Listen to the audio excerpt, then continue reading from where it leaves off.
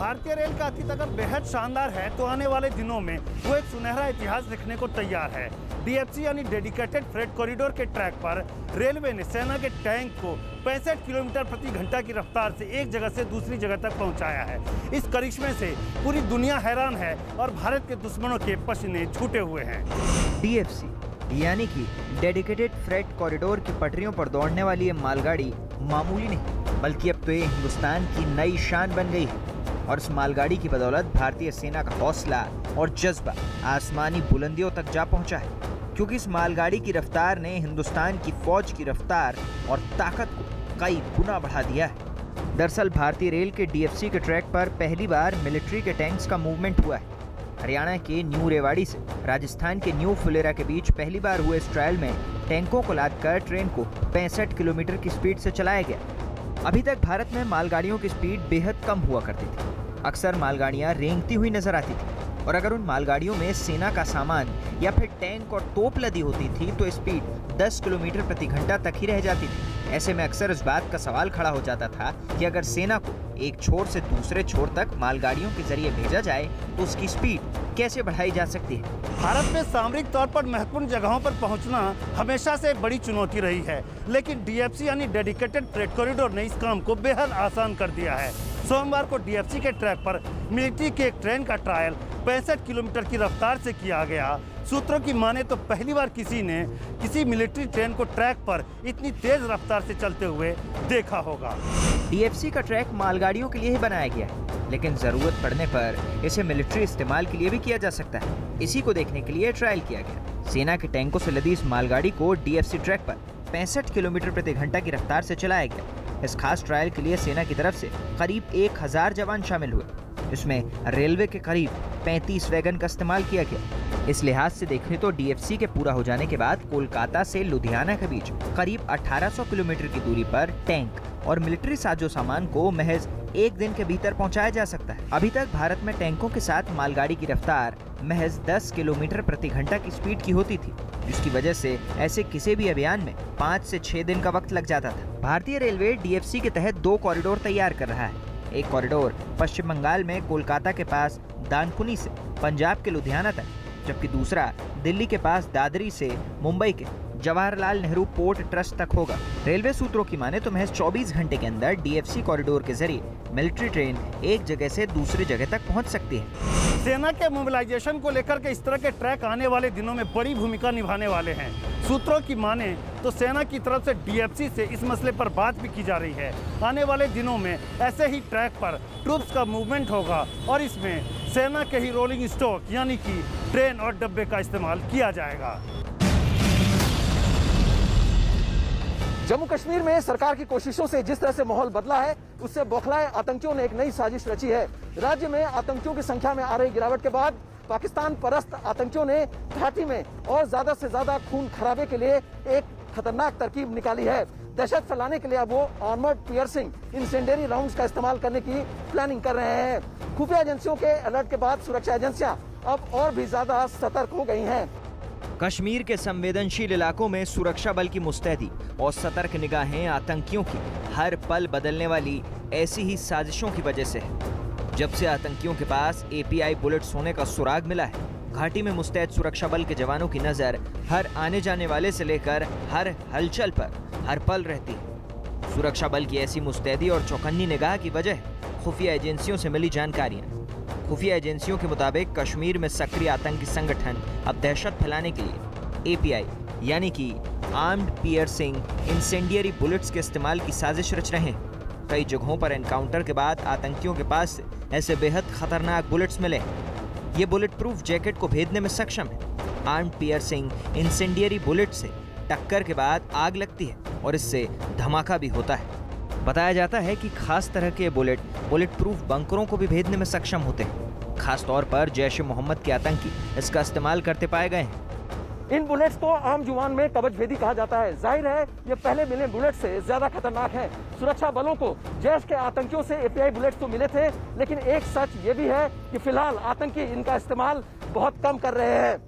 लेकिन इसका मिलना ही इस बात का संकेत है कि आने वाले दिनों में कश्मीर में खून खराबे के लिए इसका इस्तेमाल बढ़ सकता है। हाल ही में जम्मू के उधमपुर इलाके में एक ट्रक में सवार जैश के आतंकियों के पास से भी सुरक्षा एजेंसियों को API बुलेट्स मिले थे। कश्मीर में आतंकियों पर काबू पाने के लिए लंबे वक्त से ऑपरेशन ऑल आउट चल रहा है, जिसमें चुन चुन कर आतंकियों को निशाना बनाया जा रहा है। इससे आतंकी संगठनों में भगदड़ मच गई।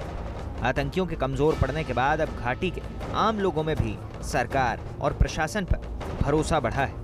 यही वजह है कि सुरक्षा बलों को निशाना बनाने और आम लोगों में दहशत फैलाने के लिए आतंकियों ने ये नई साजिश रची है। इससे पहले आतंकी कश्मीर में AP यानी आर्मर्ड पियर्सिंग बुलेट्स का इस्तेमाल करते रहे हैं। ये भी बुलेट प्रूफ जैकेट को भेदने में सक्षम है। कोरोना महामारी के चलते तकरीबन 1.5 साल से घर में कैद नौनिहालों की वैक्सीनेशन की स्क्रीनिंग की प्रक्रिया शुरू कर दी गई है। दिल्ली के एम्स अस्पताल में 6 से 12 साल के बच्चों के लिए ये स्क्रीनिंग की जा रही है। ऐसे में उम्मीद यही की जा रही है कि जैसे ही ये वैक्सीन अप्रूव हो जाएगी, ये बच्चे भी जल्द ही स्कूल का रुख कर पाएंगे। जल्द ही दिल्ली में बच्चों की बोरियत दूर होने वाली है, क्योंकि लंबे वक्त से कोरोना की वजह से घरों में कैद बच्चों को अब वैक्सीनेशन के लिए तैयार किया जा रहा है। इसी कड़ी में दिल्ली के एम्स में 6 से 12 साल के बच्चों की स्क्रीनिंग शुरू हो चुकी है। पहले चरण के ट्रायल के रिजल्ट के बाद दूसरे एज ग्रुप के बच्चों का ट्रायल भी आज से शुरू कर दिया गया है। इसमें जिन बच्चों का शारीरिक परीक्षण किया गया है, उन्हें अगले 2 दिनों में वैक्सीन के ट्रायल से गुजरना होगा।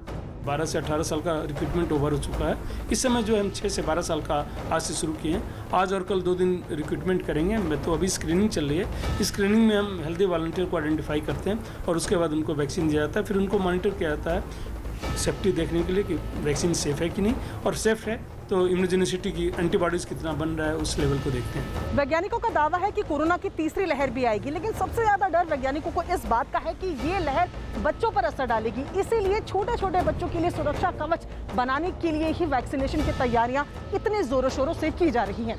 ये ट्रायल वयस्कों पर होने वाले ट्रायल की ही तरह 2 से 3 फेज में होते हैं। पहले 2 फेज में बच्चों की सुरक्षा का ध्यान रखा जाता है, जिसके बाद एफिकेसी देखने के लिए सैंपल साइज को बड़ा किया जाता है। इस वैक्सीनेशन ड्राइव में कई अभिभावक अपने बच्चों को लेकर पहुंचे। खास बात यह कि इन्हें न सिर्फ वैक्सीन पर भरोसा है, बल्कि वैक्सीनेशन के साथ ही इन लोगों को जल्द ही स्कूल खुलने की भी उम्मीद है। मैं तो चाहता हूँ जल्दी से स्कूल खुलें। हाँ। बच्चे जो है सफर कर रहे हैं। हाँ। और होपफुली अगर ये ट्रायल सक्सेस होगा, जहाँ तक मुझे लग रहा है होगा, ट्रायल सक्सेस भी होगा और वैक्सीनेशन शुरू हो जाएंगे, तो शायद नेक्स्ट सेशन से स्कूल हम एक्सपेक्ट कर सकते हैं कि खुल जाए। 1-2 साल से तो बच्चे घर में ही हैं। मैं तो इसके लिए ट्रायल के लिए अप्लाई किया था। मेरा छोटे एक बेटी भी है 4 साल की, तो आप will apply for her as well 6 to get started। इतना ही नहीं, बच्चे भी हिम्मत दिखाकर इस स्क्रीनिंग में हिस्सा ले रहे हैं। आप एक्साइटेड हो स्कूल जाने के लिए? अगर ये वैक्सीन लग जाएगी फिर जा सकते हैं। हाँ। तो आप एक्साइटेड हैं? हाँ। एक्साइटेड हो? क्या फील? अभी नर्वस हो? अच्छा, ये बताओ, अगर अभी जैसे ये सक्सेसफुल हो जाएगा तो फिर आप स्कूल जाना चाह रहे हो? आप बोर हो गए हो घर पे, स्कूल जाना चाहते हो या अभी ठीक है? बोर हो गए हो। कोरोना काल में बच्चों का बचाव सबसे अहम मुद्दा है। एक तो बच्चे पहले ही घरों में कैद हैं और स्कूल भी नहीं जा पा रहे हैं। ऐसे में वैक्सीनेशन अभियान का मतलब साफ है कि जल्द ही वो समय आने वाला है जब वैक्सीन की सुरक्षा लेकर बच्चे दोबारा स्कूल में जाकर पढ़ाई शुरू कर पाएंगे। कोरोना की दूसरी लहर का कहर कम होते ही विदेश जाने के लिए इंतजार कर रहे लोगों की परेशानी अभी खत्म नहीं हुई है। जिन लोगों ने कोवैक्सीन लगवाई है उनका विदेश जाना मुश्किल हो गया है, क्योंकि कोवैक्सीन को WHO से अभी तक मान्यता नहीं मिली है। ऐसे में जो लोग विदेश जाना चाहते हैं उससे कुछ बड़े देश नॉन वैक्सीनेटेड यानी वैक्सीन ना लगवाने के बराबर मान रहे हैं। ऐसे में देश से विदेश जाने की राह में दिल्ली समेत देश भर के हजारों लोग परेशान हैं। दिल्ली के यमुना विहार में रहने वाले आशुतोष शर्मा पढ़ाई के लिए कनाडा जाना चाहते हैं। पढ़ाई के लिए पिता ने 15 लाख का कर्ज लिया है और इन्हें कनाडा का वीजा भी मिल चुका है। इसके बावजूद कनाडा जाकर अपने कॉलेज में पढ़ाई करने की बजाय देश में ही ऑनलाइन क्लासेस के जरिए पढ़ने को मजबूर हैं और इनकी मजबूरी की वजह कोवैक्सीन है। आशुतोष शर्मा कोवैक्सीन की दोनों डोज लगवा चुके हैं, लेकिन कनाडा में कोवैक्सीन लगवाने वालों के लिए कड़े नियम हैं, जिसकी वजह से उन्हें परेशानी और खर्च दोनों उठाने पड़ेंगे। इस वैक्सीन को अगर जो उनके यहाँ पर जो वैलिड वैक्सीन हैं उसके अलावा कोई भी वैक्सीनेट लोग यहाँ पर आते हैं, चाहे वो उन्होंने दोनों डोज लगवा चुकी हो या नहीं, वो फ़र्क नहीं पड़ता, उन लोगों को 14 दिन का क्वारंटीन मैंडेटरी करना पड़ेगा।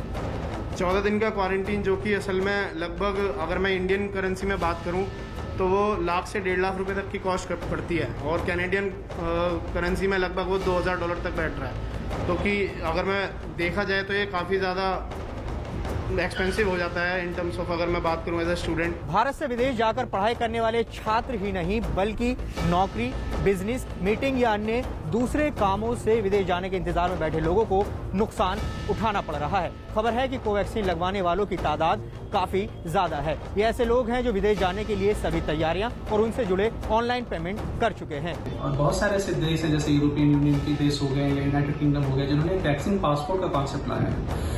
अभी बिल्कुल भी क्लैरिटी नहीं है कि क्या जिन्होंने कोवैक्सीन लिया है वो फॉरेन कंट्रीज में ट्रैवल कर पाएंगे, अगर कर पाएंगे तो उन पे क्या क्या रिस्ट्रिक्शंस होंगी, या उन्हें किस लेवल का क्वारंटाइन देखना पड़ सकता है। इसमें दूसरे लेवल की कंफ्यूजन ये है कि इंडिया में केवल कोविशील्ड को ही क्यों वैक्सीन पासपोर्ट के साथ लिंक किया गया है, कोवैक्सीन को क्यों नहीं लिंक किया गया है। क्या WHO की अप्रूवल मैंडेटरी है वैक्सीन पासपोर्ट के साथ लिंक करने के लिए? तो कोवैक्सीन का WHO अप्रूवल हम कब एक्सपेक्ट कर रहे हैं, या वो किस लेवल पे है? असल में कोवैक्सीन के तीसरे ट्रायल के नतीजों को अब तक उसे बनाने वाली कंपनी भारत बायोटेक ने जारी नहीं किया है, जिसकी वजह से वैक्सीन को मान्यता मिलने की प्रक्रिया पूरी नहीं हो पा रही है। यही नहीं, दावा यह भी किया गया है कि भारत की तरफ से WHO को कोवैक्सीन को मान्यता देने से जुड़ा एक डोजियर भी सौंपा गया है, लेकिन अब तक उसे भी अप्रूवल नहीं मिला है। सर, बड़ी संख्या में जो लोग विदेश जाना चाहते हैं लेकिन कोवैक्सीन उन्होंने लगवाया है, उनके लिए दिक्कत, उनके लिए क्या ऑप्शन है सर? तो ये कर रहे हैं, कब तक हो जाएगा सर? मतलब करेंगे इसको चेकअप कर। ऐसा नहीं है कि लोगों की इस समस्या से सरकार अनजान है, लेकिन बेहद कम समय में बनी वैक्सीन को मान्यता दिलाना किसी चुनौती से कम नहीं। हालांकि सरकार का दावा है कि विदेश यात्रा करने का बेसब्री से इंतजार कर रहे लोगों की समस्या पर काम शुरू किया जा रहा है। हालांकि केंद्रीय स्वास्थ्य मंत्रालय दावा कर चुका है कि WHO से इस मुद्दे पर चर्चा की जा रही है और ये कोशिश की जा रही है कि कोवैक्सीन को भी वैक्सीन पासपोर्ट योजना में शामिल किया जा सके। रिगार्डिंग इंटरनेशनल ट्रैवल, अभी भी world over bigger focus is on undertake testing before you go. वह मॉडल अभी भी चल रहा है, चलता रहेगा। Be it India, be it other countries, we are all engage with WHO तो समझने के लिए, उनके गाइडेंस में, टेक्निकल सपोर्ट के लिए कि क्या वैक्सीन की based on eligible available evidence वो इसको वैक्सीन पासपोर्ट के कॉन्सेप्ट को स्टेबलाइज करके इशू करना चाहिए। कोवैक्सीन को WHO से मान्यता लेने के लिए तीसरे ट्रायल से जुड़े कागजात जमा करने हैं, लेकिन किसी वजह से ये काम पूरा नहीं हो सका है। WHO हर वैक्सीन के ट्रायल की रिपोर्ट की पूरी पड़ताल करता है, इसके बाद ही मंजूरी मिलती है। इसीलिए भारत सरकार एक ऐसे रास्ते पर विचार कर रही है कि कोवैक्सीन लगवाने वाले लोगों की विदेश यात्रा में कोई रुकावट न आए। लेकिन सच बात यह है कि हजारों लोग जो कोवैक्सीन लगवा चुके हैं, उनकी विदेश यात्रा कब मुकम्मल होगी, ये बड़ा सवाल है। कंगना रनावत और मुंबई पुलिस के बीच एक नया विवाद शुरू हो गया है। फिल्म एक्ट्रेस कंगना रनावत को शूटिंग के लिए विदेश जाना है, लेकिन कंगना का आरोप है कि मुंबई पुलिस ने उनके पासपोर्ट में ऐसा पेच फंसा दिया है जिससे उनका पासपोर्ट रिन्यूअल नहीं हो पा रहा है। जब कंगना का पासपोर्ट ऑफिस पहुंचा तो वहां बताया गया कि उनके खिलाफ देशद्रोह का मामला चल रहा है, जिसके बाद कंगना ने आनन फानन में मुंबई हाईकोर्ट का रुख किया।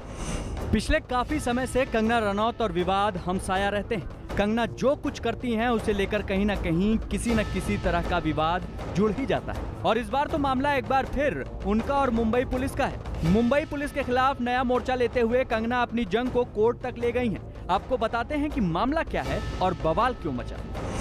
दरअसल कंगना के पासपोर्ट की मियाद इसी साल सितंबर में खत्म हो रही है, जिसे वो सितंबर से पहले रिन्यू करवाना चाहती हैं। लेकिन जब उन्होंने इसके लिए पासपोर्ट ऑफिस में आवेदन किया तो उनके पासपोर्ट अथॉरिटी ने आपत्ति जताते हुए उनके पासपोर्ट को रिन्यू करने से इनकार कर दिया।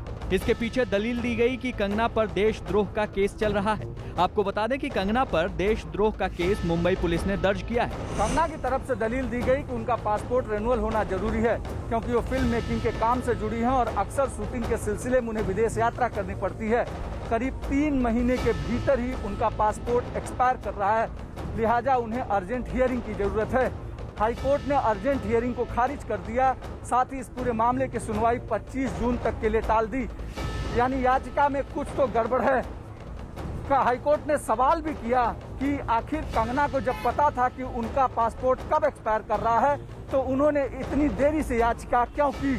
आमतौर पर पासपोर्ट रिन्यू होने में कानूनी रूप से कोई परेशानी नहीं होती, लेकिन यहाँ मामला कंगना का है, जो पिछले काफी समय से महाराष्ट्र सरकार और मुंबई पुलिस के खिलाफ सोशल मीडिया से लेकर तमाम मंच पर हमलावर होती रही हैं। पिछले साल सुशांत सिंह राजपूत की मौत के बाद सोशल मीडिया के जरिए उन्होंने फिल्म इंडस्ट्री से लेकर महाराष्ट्र सरकार और पुलिस पर सवाल उठाते हुए ट्विटर पर काफी सख्त अंदाज में पोस्ट किए थे। उनके कुछ ट्वीट पर आपत्ति जताते हुए 17 अक्टूबर 2020 को बांद्रा पुलिस स्टेशन में एक शख्स ने कंगना पर धार्मिक भावनाओं को ठेस पहुंचाने, देशद्रोह और साजिश रचने के आरोप में केस दर्ज कराया था।